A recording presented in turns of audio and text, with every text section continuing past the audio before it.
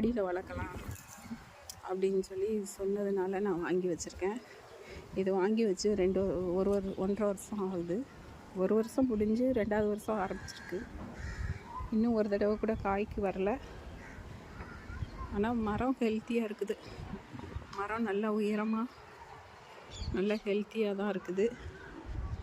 இந்த வருஷம் காய்க்கலைன்னா என்ன பரவாயில்ல, அடுத்த வருஷம் காய்க்குங்கிற ஒரு நம்பிக்கை இருக்குது. பார்க்கலாம், வெயிட் பண்ணி பார்க்கலாம். புளிய மரம் மாடியில் வளர்க்கலாம் அப்படின்னு சொல்லி நான் வளர்த்துருக்கேங்க. நல்ல பிரான்ச்சஸ் எடுத்துருக்குது. மரமும் நல்ல பெருசாக இருக்குது, பிரான்ச்சஸ் எடுத்துருக்குது. கட்டையும் நல்லா கட்டையாக இருக்குது. மரம் நல்லா கட்டையாக இருக்குது. கண்டிப்பாக நெக்ஸ்ட் இயரில் நல்ல பலன் கொடுக்கும்னு நினைக்கிறேன். இது வளர்ப்பு முறை ரொம்ப ஈஸிங்க. இந்த புளிய மரத்துக்கு நம்ம ரொம்ப கேர் எடுக்கணும்னு அவசியம் இல்லை. பூச்சி விழுகும், பூச்சி தொல்லை இதெல்லாம் எதுவுமே கிடையாது. இதுக்கு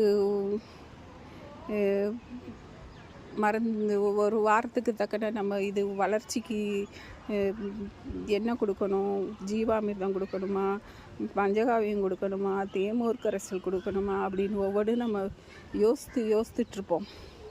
இந்த இதுக்கு ஒன்றுமே தேவையே இல்லை. வெறும் தண்ணி தான். வைக்கும்போது மண்கலவை ரெடி பண்ணி வச்சது தான். அதுக்கப்புறம் இதுக்கு எந்த கேருமே நான் எடுக்கவே இல்லை. அதுவாக தான் வளருது. மரம் எப்படி ப்ராசஸில் வளர்ப்போம், ஒரு தடவை நட்டுட்டோன்னா அதுக்கப்புறம் கேர் எடுக்காமல் வளர்த்துட்டு அதுக்கப்புறம் ஃப்ரூட்ஸ் விடுற நேரம் மட்டும்தான் கேர் எடுப்பாங்க தரையில் வச்சோம்னா. அதே மாதிரி தான் இதையும் நான் மெயின்டைன் பண்ணிக்கிட்டு இருக்கேன். வச்சதோடு விட்டது தான். அடுத்து இது காய் போடுற மாதிரி வந்ததுன்னா இதுக்கு கேர் எடுக்கலான்னு சொல்லிட்டு வச்சிட்ருக்கேன். நெக்ஸ்ட் இயர் இது காய் பிடிக்கிற மாதிரி பூ பூத்துச்சுன்னா கொஞ்சம் கேர் எடுத்து பார்க்கலான்னு நினச்சிருக்கேன். சரி, இத்துடன் இந்த புளிய மரத்தை பற்றி, என்னோடய புளிய மரத்தை பற்றி உங்கள்கிட்ட சொன்னதில் நானும் ரொம்ப மகிழ்ச்சி அடைகிறேன். இதை கேட்டு நீங்களும் இந்த மாதிரி புளிய மரம் மாடியில் வளர்க்கலாமா அப்படின்னா வளர்க்கலான்னு நான் சொல்லுவேன். ஏன்னா நான் வளர்த்து பார்த்ததுனால நான் சொல்லுவேன், மாடியில் வச்சு வளர்க்கலாங்க அப்படின்னு நான் ரிசல்ட்டு சொல்லுவேன். அதனால் நீங்களும் விருப்பப்பட்டவங்க மாடியில் புளிய மரம் வச்சு வளருங்கள்.